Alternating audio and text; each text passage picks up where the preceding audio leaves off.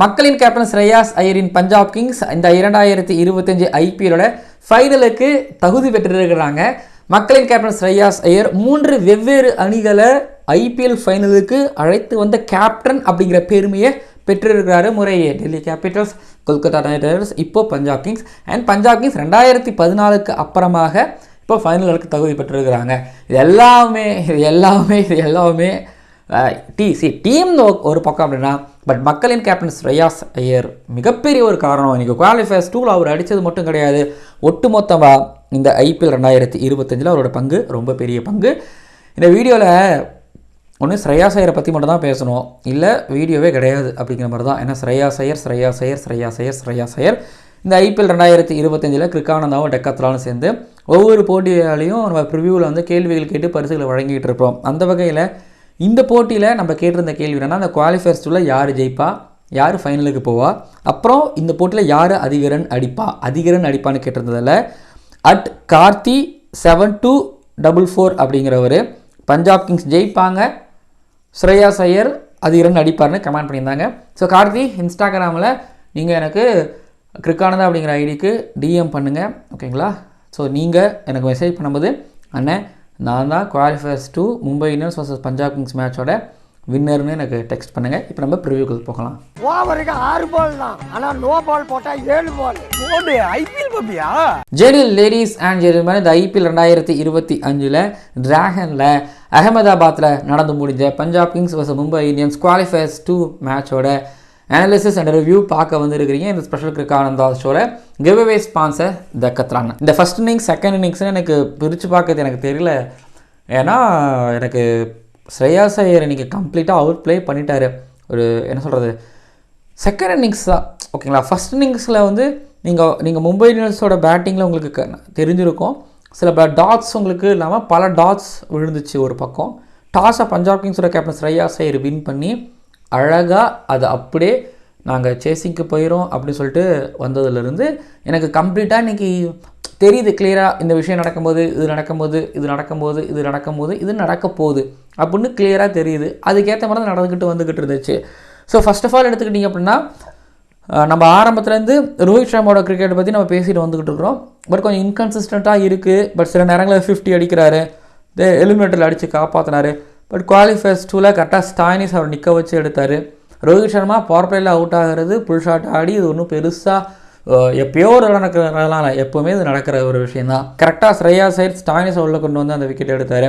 அதுக்கப்புறம் பேட்ஷோவுக்கு வந்து அவ்வளோ சூப்பராக, அதாவது பேட்ஷோ மட்டும் கிடையாது, பேட்ஷோ, திலக் வர்மா, சூரியகுமார் யாதவ், இவங்க எல்லாரும், இத்தனைக்கும் ஹர்திக் பாண்டியா வந்து உங்களுக்கு ஆன விதம் உங்களுக்கு தெரிஞ்சிருக்கும். டிஃபென்ஸ் ஒரு பால் போனார் டெத் ஓவர்ஸில். சரி, ஹர்திக் பாண்டியாவை தாண்டி மேலே இருக்கிறவங்கெல்லாம் வந்து பார்த்திங்க அப்படின்னா சஹலை விட்டு உரிச்சார் சூரியகுமார் யாதவ், புரியுது. ஆனால் எத்தனை டால்ஸ் விழுந்துச்சு அப்படிங்கிற கவுண்ட்டை நீங்கள் பார்த்தீங்கன்னா உங்களுக்கு பஞ்சாப் கிங்ஸோட பேட்டிங்கை கொஞ்சம் கிளியராக தெரியும் என்ன நடந்துச்சுன்னு சொல்லிட்டு. திலக் வர்மாவும் அதே தான். திலக் வர்மா வந்து பார்த்திங்க அப்படின்னா அடிச்சிருப்பார், ஆனால் அவர் அந்த எத்தனை பால் எடுத்துக்கிட்டாரு அதுதான். பேட்ஷோ அடிச்சிருப்பார், ஆனால் எத்தனை பால் எடுத்துக்கிட்டாரு அப்படிங்கிறது தான் விஷயமே. பட் நீங்கள் பஞ்சாப் கிங்ஸ் எடுத்துக்கிட்டிங்க அப்படின்னா, ஒரு சிங்கிள் போகிறாங்கன்னா அடுத்து அவங்கக்கிட்ட ஒரு பவுண்ட்ரி வரும். 2 சிங்கிள் போகிறாங்க, ஒரு 3 சிங்கிள் போகிறாங்க அப்படின்னா அவங்ககிட்ட அந்த பவுண்டரி அப்படிங்கிறது வரும். அவங்ககிட்டேருந்து அது சரளமாக வந்துக்கிட்டே இருந்தது. அவங்ககிட்டேருந்து அப்படிங்கிறத தாண்டி ஸ்ரேயாஸ் ஐயர்கிட்டேருந்து, நேஹல் வதேராகிட்டேருந்து இந்த மேட்ச்சில் அது பொதுவாகவே அது வந்துக்கிட்டே இருக்கும். அதனால் அவங்களால ஈஸியாக யாரோட சேஸ் பண்ண முடியும். நம்ம ப்ரிவியூவில் சொல்லியிருந்திருப்போம், அகமதாபாத்தில் டாஸை வின் பண்ணி ஃபஸ்ட் பேட்டிங் செகண்ட் பேட்டிங் எனக்கு தெரிஞ்சு பெருசாக மேட்ரு கிடையாதுன்னு சொல்லியிருப்பேன் நினைக்கிறேன். I'm not wrong. பட் ஆனால் இங்கே 200 அப்படிங்கிறது 10, 230, 240 அப்படிங்கிறது ஒரு மாதிரி கம்ஃபர்டபுளாக இருக்குங்கிற மாதிரி சொல்லியிருந்திருப்பேன். பட் மும்பை இந்தியன்ஸ் 200 ரன்னை மட்டும்தான் அடித்தாங்க. 200 ரன்னு மட்டும்தான் அடித்தாங்க. ஹர்திக் பாண்டியாவோட கேப்டன்ஸில் பவுலிங் ரொட்டேஷன் நான் சொல்லிக்கிட்டே இருக்கிறேன். எக்கச்சக்கமான பவுலர்ஸுகளும் அவங்களோட எக்ஸிக்யூஷன் புவராக தான் இருந்துக்கிட்டு இருக்கு. இந்த விக்கெட்டில் நம்ம சொல்லியிருப்போம் outside off balls, outside off yorkers இதெல்லாம் சொல்லியிருந்திருப்போம். பட் ஸ்ரேயாஸ் ஐயர் அப்படி தூக்கி ஒன்று கவர்ஸுக்கு மேலே ஒன்று விட்டாரலாம், போச்சு பால் சர்ன்னு போச்சு. பார்த்தீங்கன்னா உங்களுக்கு அதுதான் கொஞ்சம் இந்த என்ன சொல்கிறது, இந்த அகமதாபாத்தில் அடிக்க முடியாத பால் அதையே ஒருத்தர் அடிக்கிறாருன்னா ஓகே, அன்னைக்கு அவரோட டே தான், சந்தேகமே கிடையாது. ஆனால் தோப்லி ஒரு 3 6 ஒன்று கொடுத்தாரு. அதுக்கப்புறம் தோப்லியை தாண்டி வந்து பார்த்தீங்கன்னா அஸ்வினி குமாரும் கொடுத்தாரு. எல்லா ஃபாஸ்ட் பாலர்ஸுகளும் செஞ்ச ஒரே விஷயம் ஸ்ரேயாஸ் ஐயர் இருக்கிறேன்னா, ஷார்ட் பால்ஸ் இவங்க பெருசாக ட்ரை பண்ணல. ரெட் சாயிலுங்கிறத தாண்டி ஷார்ட் பால் பெருசாக ட்ரை பண்ணல. எல்லா பாலும் ஸ்லாட்டில் போட்டுக்கிட்டே இருந்தாங்க, எல்லா பாலும் ஸ்லாட்டில் போட்டுகிட்டே இருந்தாங்க. ஸோ அதாவது நான் சொல்லுவேன்ல, அகமதாபாத்தும் சரி ஆக்லாண்டும் சரி வந்து பார்த்திங்க அப்படின்னா எவ்வளோக்கு எவ்வளோக்கு ஃபுல்லாக போகிறாங்களோ அவ்வளோக்கு அடி விழுகும். ஸோ ஃபுல்லாக போடும்போது ஸ்ட்ரைட்டில் கிளியர் பண்ணுவாங்க. அதாவது பால் ரொம்ப ஹைட்டாக போனாலும் அது லேண்ட் ஆகிறது பவுண்ட்ரி, அதாவது அந்த பவுண்ட்ரி லைனை தாண்டியாக தான் இருக்கும், அது 6 தான் போகும். ஸோ அதாவது நீங்கள் கீழே ஃப்ளாட்டாக அடிக்கலாம் இல்லை, ஹைட்டு போனாலுமே அது ஆட்டோமேட்டிக்காக அது போயிடும்.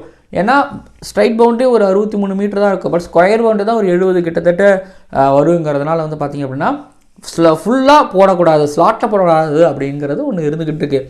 இன்கேஸ் அப்படி போகிறாங்கன்னா நல்லா ஸ்விங் ஆகுது அப்படின்னா, மூவ் ஆகுது அப்படின்னா அதை தாராளமாக பண்ணலாம். இல்லை மூவ் பண்ணக்கூடியவங்க, ஸ்விங் பண்ணக்கூடியவங்கன்னா அதை பண்ணலாம். இல்லைனா லைனல் லெங்த்தை வச்சு போட்டு போயிட்டே இருந்தால் சில அஸ்வானி குமாரோட பால்லாம் சிலதான் நீங்கள் பார்த்துருப்பீங்க, அந்த பக்கம் பஞ்சாப் கிங்ஸ்லேயும் நீங்கள் பார்த்துருப்பீங்க. ஆனால் ஒருத்தவரும் நீங்கள் ஸ்ரேயாஸ் ஐயருக்கு அந்த பக்கத்துலேருந்து அப்படி போடலை. இன்னொரு பக்கம் சாந்தர் நான் எங்கே நான் சொல்லிகிட்டே இருக்கேன், சாண்டரை சில நேரங்களில் ஹர்திக் பாண்டியா நல்லா பயன்படுத்துகிறார். பட் சில நேரத்தில் சாண்டரை வந்து பார்த்திங்க அப்படின்னா 2 ஓவர் நிப்பாட்டுவார், 3 ஓவர் நிப்பாட்டுவார், 1 ஓவர் நிப்பாட்டுவார். போன எலிமினேட்டர்லேயும் அவருக்கு பெருசாக பயன்படலை, ஆனால் கட் பண்ணார். பட் இங்கே வந்து பார்த்திங்க அப்படின்னா டோப்லியை கொண்டு வராரு. மேபி யோசிச்சிருக்கலாம், இது மேபி ஹர்திக் பாண்டியா மேலே வந்து பெரிய கேஸ் எழுதப்பட்டிருக்கலாம், இல்லை பெரிய கேஸ் எழுதியிருக்கிறாங்க, என்னென்னா சாண்டரை யூஸ் பண்ணலாம் அப்படின்னு சொல்லிட்டு, டோப்லிலாம் யூஸ் பண்ணாருன்னு சொல்லிட்டு. பட் ஸ்ரேயாஸ் ஐயர் நின்றுட்டு இருக்கும்போது, நேஹல் வதாரா நின்றுட்டு இருக்கும்போது, அது இந்த மாதிரி ஸ்பின் அடிக்கக்கூடிய அபிலிட்டி இருக்கக்கூடியவங்க நிற்கும் போது சாண்டரை உள்ளே கொண்டு வரலாமாங்கிற ஒரு கேள்வி இருக்கும். பட் நான் என்ன ஒரு கேள்வி கேட்பேன் ஹர்திக் பாண்டியா கிட்டேன்னா, ஐயா சாண்டர் வந்து ஒரு ரைட் ஹேண்டரையும் சரி, நல்லா அடிச்சுக்கிட்டு இருக்கிறவங்களையும் சரி, நல்லா செட்டில் ஆனவங்களுக்கும் அகேன்ஸ்டாகவும் சரி அவர் போனால் நல்லா போகிறாரு. அப்படிங்கும்போது ஏன் ஸ்ரேயாஸ் ஐயர் ஏன் நேஹல் வதாரான்னு சொல்லிட்டு பார்த்தீங்கன்னா சாண்டரை ஏன் பதிக்க வைக்கலாம், நீங்கள் ஏன் அவருக்கு ஓவரே கொடுக்காம இருக்கிறதுல எனக்கு சத்தியமாக எனக்கு புரியவே இல்லை. சென்னை சூப்பர் கிங்ஸில் இருந்தால் தான் அவருக்கு வந்து ஓவர் கிடைக்க மாட்டேன்னா, மும்பை இந்தியன்ஸுக்கு வந்தால் 11ல் இருக்கிறாரு, ஆனால் ஓவர் அவர் ஃபுல் கோட்டா அவரால் போடவும் முடியறதில்லை. இதில் ஹர்திக் பாண்டியோட கேப்டன்ஸே அப்புறம் எப்படி கேள்வி கேட்காம இருக்க முடியும் சொல்லுங்கள். பட் இன்றைக்கி ஹர்திக் பாண்டியா கையை தூக்கி அவர் வந்து பவுலிங் போட்டார், அதில் எந்த விதமான குறையும் கிடையாது, அவர் ரன்னு கொடுத்துறாரெலாம் கிடையாது. பட் வரணும், ஹர்திக் பாண்டியா வரணும், போடணும். பட் சாண்டரை அவர் முழுமையாக பயன்படுத்தாதும், சாண்டரை ஒரு மாதிரி ப்ளேஸ் பண்ணதெல்லாம் வந்து எனக்கு பெருசாக உடன்பாடு கிடையாது. தோல்விக்கான மிக முக்கியமான காரணம்னு நான் சொல்லுவேன். மும்பை இந்தியன்ஸ் பொறுத்த வரைக்கும் பேட்டிங்லேயே சொல்கிறல ஒரு 20-30 ரன்னு கைக்கிட்ட இருந்து ஒரு 2 6 இருக்கலாம், திலக்குவாமா கிட்ட ஒரு 6 இருக்கலாம், பேட்ஸ்மேன் கிட்ட ஒரு 6 இருக்கலாம், ரோஹித் கிட்ட ஒரு 6 இருக்கலாம். ஸோ அப்படி எப்படின்னு பார்க்கும்போது வந்து பார்த்திங்க அப்படின்னா ஒரு 240 ரன்னு அடிச்சிருக்கணும், ஒரு 40-45 ரன்னு வந்து கம்மி. பட் இந்த பக்கத்தில் நீங்கள் சேசிக்கு வரும்பொழுது நல்லா ஸ்டார்ட் கிடைக்கிறதா இல்லையோ, பட் இந்த சீசன் ஆரம்பிக்கிறதுக்கு முன்னாடி நம்ம சொல்லியிருந்திருப்போம், டாப் ஆர்டரில் பிராப் சிம்ரன், பிரியன் ஷாரி அவ்வளோ காசு கொடுத்து பிரியன் ஷாரியை எடுத்துருக்காங்க. பிராப் சிம்ரன் பஞ்சாப் கோட்டா உள்ளே இருப்பார், ஸ்ரேயாஸ் ஐயர் மிடில் ஆர்டர், அதுக்கப்புறம் கீழே வந்து பார்த்திங்க அப்படின்னா ஸ்டானிஸ், மேக்ஸ்வெல், இந்த மாதிரி நம்ம அடுக்கி வைத்தோம். ஓகே, ஒரு பேட்டிங் ஆர்டர். பட் இதில் வந்து இந்த டாப் 5, 4 இல்லை டாப் 3 ஸ்ரேயாஸ் ஐயர் டிபெண்ட் பண்ணி தான் இருக்குது, இல்லை டாப் 5க்குள்ளே இவர் டிபெண்ட் பண்ணி தான் டீம் இருக்குங்கிற மாதிரி சொல்லியிருப்போம். பிரியன் ஷாரியை சில மேட்ச்சில் அடிப்பார் கைதுக்கு, சில வேளையில் பிராப் சிம்ரன் அடிக்கிறாரு, சில ஜோஷ் இங்கிலீஷ் ஒரு மேட்ச்சில் அடித்து கொடுத்தாரு. ஆனால் இப்போவும் ஸ்ரேயாஸ் ஐயர் டிபெண்ட் பண்ணி தான் அந்த பேட்டிங் ஆர்டர் இருக்குது. ஸோ இப்போது மக்களின் கேப்டன் ஸ்ரேயாஸ் ஐயர் ஏன் சொல்கிறேன்னா, கேப்டன்சி ஒரு பக்கம், பேட்டிங்லேயும் இன்னொரு பக்கம், 2 பக்கமும் கலக்கிறாரு. மக்களின் கேப்டன் ஸ்ரேயாஸ் ஐயர்னு சொல்கிறதுக்கான இன்னொரு காரணமும் என்னென்னா, மூணு வெவ்வேறு டீமை ஃபைனலில் கொண்டு போனதுங்கிற தாண்டி அவர் கேப்டன் லீடிங் ஃப்ரண்ட்டாக நின்று அவர் அடித்து எடுத்துகிட்டு போகிறாரு. ஸோ இன்றைக்கி சொல்கிறாங்க அவருக்கு ஸ்லாட்லேயே விழுது, ஒரு பால் மிஸ் ஆகலை, எங்கேயுமே அவர் இந்த மாதிரி பதட்டப்படவும் இல்லை. 50 பாலுக்கு 100 இருக்குது, அடுத்து 36 பாலுக்கு 70 கிட்டத்தட்ட இருக்குது, எங்கேயுமே அவர் பயப்படவே இல்லை, அசால்ட்டாக இருந்தார். தோப்புலேயே 3 6 அடிக்கும் போதுட்டும் அவர்கிட்ட பெருசாக எந்த ஒரு மாதிரி செலிப்ரேஷனும் கிடையாது. ஹர்திக் பாண்டியா புரியுது, தெரியுது ஸ்ரேயாஸ் ஐயர் எப்படி போட்டு அடிப்பாருன்னு, பட் தோப்புலையோட எக்ஸிக்யூஷனுக்கு இல்லாத போது ஸ்ரேயாஸ் ஐயர் விட்டு உரிய தானே உரிப்பார். அவரோட வேகானவில் எடுத்து பாருங்கள், எங்கே இருக்குன்னு எடுத்து பாருங்கள், ஃபுல்லாக லெக் சைடில் கிடையாது, டேர்ன்மெண்ட்டில் கிடையாது, கவர்ஸில் ஒரு 6 ஒன்று போச்சு எனக்கு தெரிஞ்சு, அவ்வளோதான். மற்றபடி வந்து பார்த்தீங்கன்னா லாங் ஆனில் இருந்து விடுவிக்கெட்டை பிடிச்சிட்டாப்பில் ஸ்ரேயாஸ் ஐயர் பிடிச்சி அங்கே அவுட் சைட் ஆஃபில் ஏறி செம்மையாக வச்சார் ஸ்ரேயாஸ் ஐயர். ஐ மீன் நீங்கள் மும்பை இந்தியன்ஸோட ஃபேனாக இருந்தீங்க அப்படின்னா, உங்களுக்கு நல்ல கிரிக்கெட் பிடிக்கும் அப்படின்னா கண்டிப்பாக உங்களுக்கு ஸ்ரேயாஸ் ஐயரோட கிரிக்கெட் அப்படிங்கிறது பிடிக்கும். நீங்கள் சேசிங் இந்த பிச்சில் இப்படி தான் சேஸ் பண்ணணும், எங்கேயும் பேக் ஃபுட்டில் போயிடக்கூடாது, பாசிட்டிவாக ஆர்டர், முக்கியமாக சொன்னால் பாசிட்டிவ் தான், அந்த பாசிட்டிவாக ஆர்டர் சொல்லுவாங்களே, அந்த பாசிட்டிவாக ஸ்ரேயாஸ் ஐயர் நீங்கள் டோட்டலாக ஆடிக்கிட்டே இருந்தார். ஆன் ஃபீல்டில் நிறையாக்கு சில குளறுபடிகள்லாம் இருந்துச்சு, அதாவது பஞ்சாப் கிங்ஸ் ஃபீல்டிங் பண்ணும்போது இந்த பக்கத்தில் ஸ்ரேயாஸ் ஐயர் அதை சரியாக ஹேண்டில் பண்ணி எடுத்து பண்ணார். பட் பேட்டிங்கில், அதாவது ஃபஸ்ட் இன்னிங்ஸில் நடந்த விஷயங்கள் எதுவும் சேசிங்கில் எதுவும் இன்வால்வ் ஆகிடக்கூடாது, இது நடந்துடக்கூடாதுங்கிற தெளிவாக இருந்தார் ஸ்ரேயாஸ் ஐயர். தெளிவாக அடித்தார், அதை சொல்கிறாங்க, தெளிவாக இருந்தது. ரொம்ப ரொம்ப தெளிவாக ஆப்பரேட்டை அட்டாக் பண்ணார். எங்கேயும் அதாவது இந்த அப்ரோச் தான் தேவை. நான் சொல்லியிருப்பேன்ல, பஞ்சாப் கிங்ஸ் எனக்கு ஒரு மாதிரி பழைய மும்பை இந்தியன்ஸ் மாதிரி ஞாபகத்துக்கு வராங்க. ஒருத்தவங்க போனால் இன்னொருத்தவங்க போனால் இன்னொருத்தவங்க அப்படின்னு ஆடிட்டு இருக்கிறாங்கன்னு. பட் இன்றைக்கி அப்படி இருந்துச்சான்னு எனக்கு தெரியல. பட் பேட்டிங் ஆர்டர் ரொம்ப பெருசு. ஆனால் அதில் வந்து பார்த்திங்கன்னா ஸ்ரேயாஸோட கேம் ரொம்ப ரொம்ப ரொம்ப வேறு மாதிரி இருந்தது. அதில் எந்த விதமான சந்தேகமும் கிடையாது. ஸோ ஸ்ரேயாஸ் ஐயர் மும்பை இந்தியன்ஸை அடித்து தூக்கி போட்டார். ஏன்னா என்னென்ன ரெக்கார்ட்ஸ் பாருங்களேன், 200 ரன்னுக்கு மேலே மும்பை இந்தியன்ஸ் அடித்தாங்கன்னா தோற்றது கிடையாது. அது இன்றைக்கி பண்ணியாச்சு. அதுக்கப்புறம் ஒரு 6வது கப்பு கனவுன்னு ஒன்று இருந்துச்சு. அதையும் மும்பை இந்தியன்ஸ்கிட்டேருந்து ஸ்ரேயாஸ் ஐயர் தகர்த்துட்டார். அப்புறம் இப்போ எல்லாரும் ஸ்ரேயாஸ் ஐயரோட கேப்டன்சி பற்றி பேசுகிறாங்க, ஸ்ரேயாஸ் ஐயரோட பேட்டிங் பற்றி பேசுகிறாங்க. நம்ம ஆரம்பத்திலே பேசிட்டோம். அவங்க கேகேஆர் கிட்ட அவங்க வின் பண்ணும்போது அப்போவே நம்ம மக்களின் கேப்டன் ஸ்ரேயாஸ் ஐயர்னு வீடியோ போட்டோம். எப்போது 1.5 மாதத்துக்கு முன்னாடி. இப்போ தான் எல்லோரும் ஆரம்பிச்சிருக்காங்க. நம்ம எப்போவோ ஆரம்பிச்சிருவோம். நம்ம எப்பவுமே முன்னாடியே ஃபைண்ட் அவுட் பண்ணிடுவோம். ஃபைண்ட் அவுட் பண்ணியிருந்தோம் ஸ்ரேயாஸ் ஐயர் மக்களின் கேப்டன் சொல்லிட்டு ஒரு பக்கம். அடுத்தது வந்து ஹர்திக் பாண்டியாவோட கேப்டன்சி பற்றி நம்ம பேசியிருப்போம். தோல்விக்கான காரணம் ஒரு பக்கம் அப்படின்னாலும், பவுலர்ஸோட எக்ஸிக்யூஷனும் ஒரு பக்கம் அப்படின்னாலும், இன்னொரு பக்கம் கேட்சுங்க எடுத்துருக்கணும். என்னத்தில் ஒரு 70 மீட்டர் பவுண்டரியில் பின்னாடி இல்லாமல் முன்னாடி வர்றது கரெக்டு தான். ஆனால் அது ஒரு மாதிரி எடுத்திருந்தா மேட்ச் கையில். ட்ரெண்ட் போல்ட் ஆல்மோஸ்ட் வந்துட்டார் பால் கையில். நேஹல் வதேராவோட விக்கெட் அங்கே எடுத்திருந்தா. ஏன்னா நேஹல் வதேராவும் அவர் பங்குக்கு சக்கட்டுக்கு அடித்தார். நேஹல் வதேராவும் அடிக்கலைன்னு வைங்களேன், ப்ரெஷர் விழுந்திருக்கும். நேஹல் வதேராவோட விக்கெட் எடுத்திருந்தா ப்ரெஷர் விழுந்திருக்கும், போட்டு வந்துருக்கலாம். ஸோ பட் நேஹல் வதேராவோட கேட்சை எடுக்கலை, 2 தடவை எடுக்கலை. சான்ஸ் கிடச்சது, அவர் பாட்டுக்கு எடுத்துகிட்டு போயிட்டார். சஷாங்க் சிங்கை ரன் அவுட் பண்ணதுனால ஆறுதெல்லாம் பட்டுக்க வேணாம் அப்படிங்கிற அளவுக்கு அந்த பக்கம் அடித்தார். பட் இங்கே காரணம் பவுலர்ஸோட எக்ஸிக்யூஷன், அவரோட குளறுபடிகள், தென் கேட்ச் எடுக்கலை இப்படின்னு எக்கச்சக்கமான காரணம் மும்பை இந்தியன்ஸை வெளியில் அனுப்பியிருக்கு. பட் ஹர்திக் பாண்டியா இன்றைக்கி ஒரு விஷயம் பண்ணார், அது நல்லா இருந்துச்சு. இதுதான் ஹர்திக் பாண்டியா எதிர்பார்க்குறோம். என்னென்னா தேவைப்பட்டுச்சு, ஜோஷ் இங்கிலீஷ் நிற்கிறாரு, வந்து போட்டார் விக்கெட் அப்படிங்கிறது கிடச்சிது. இன்னொரு பக்கம் வந்து பார்த்திங்க அப்படின்னா இன்றைக்கி முக்கியமாக ஜஸ்பிரீத் பும்ரா வந்து ஆஃப் டே. இதுவே ஜஸ்பிரீத் பும்ரா வந்து இந்த மேட்ச் நல்லா போட்டிருந்தாலும் நம்ம நிறைய பேசியிருப்போம். பட் ஆனால் ஒரு மோசமான ஒரு டே, பேசாமல் இருக்க முடியாது. ஜஸ்பிரீத் பும்ராவுக்கு ஓகே இன்றைக்கி லக்கம் ஒரு பக்கம் கிடையாது. பட் ஆனால் இன்னொரு பக்கம் ஜோஷ் இங்கிலீஷ் அவர் சூப்பராக ஆனார், அது டவுட்டே கிடையாது. மொதல் ஓவர் 20 ரன்னு, ஆனால் திரும்ப அடுத்த ஒரு 3 ஓவரில் 20 ரன்னு. அந்த கம்பேக் அப்படிங்கிறத பார்க்க முடியுது. ஸோ ஜஸ்பிரீத் பும்ரா. பட் ஆனால் பும்ராவை அவங்க ரொம்ப கேர்ஃபுல்லாக ஆடினாங்க, கேஷ்ஃபுல்லாக சில இடங்களில் ஆடினாங்க. கேஷ்ஃபுல்லாக ஆடினாங்கிறது தான் உண்மை. ஸோ பும்ராவை பொறுத்த வரைக்கும் நீங்கள் விக்கெட்லெஸ்ஸாக அனுப்புனது அவங்களோட மிகப்பெரிய ஒரு சக்ஸஸ். பட் தோப்புலேயே பிடிச்சாங்க, விட்டு உரின்னு உரிச்சாங்க. அஸ்வானி குமாருக்கு எக்ஸ்பீரியன்ஸ் கிடையாது, பட் அஸ்வானி குமாரையும் பிடிச்சி உரின்னு உரிச்சாங்க. பட் அஸ்வானி இந்த வருஷம் ஆடினார் ஐபிஎல் மேட்சஸ் தெரியும். ஆனால் அந்த எக்ஸ்பீரியன்ஸ் ஓகே, ஒய்டெல்லாம் வந்துச்சு, நோ பால்லாம் வந்துச்சு. பட் அங்கேயே மேட்ச் முடிஞ்சிச்சு, விட்டு உரிச்சு கட்டினாங்க. பவுலர்ஸில் பொறுத்த வரைக்கும் ட்ரெண்ட் போல்ட் ஒரு 38 ரன் ஒரு விக்கெட்டு ஓகே.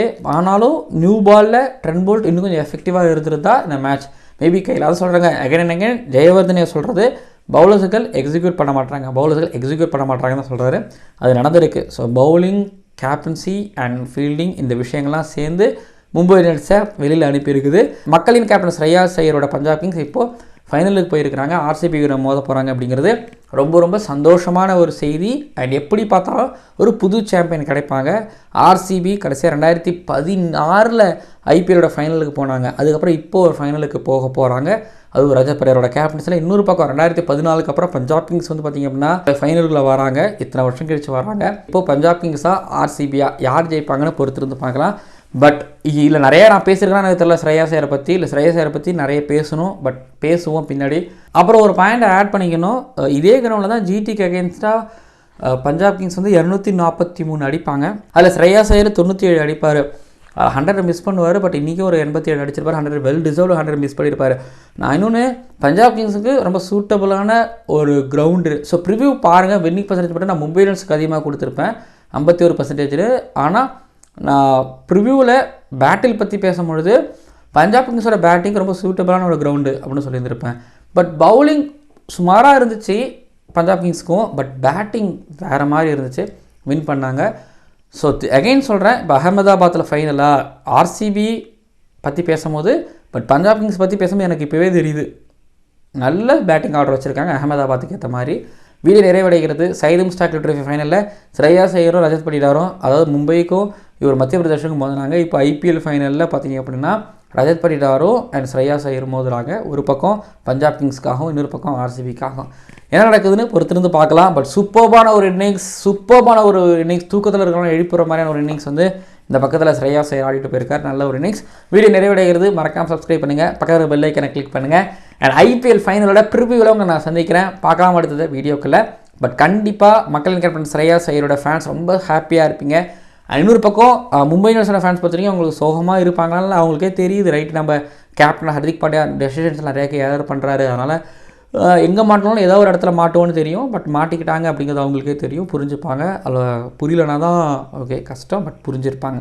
விளையாட்டு வீடியோ நிறைவடைகிறது. பார்க்கலாம் அடுத்த வீடியோக்களில். ஓவருக்கு 6 பால் தான், ஆனால் நோ பால் போட்டால் 7 பால். போடு ஐபிஎல் பாப்பியா?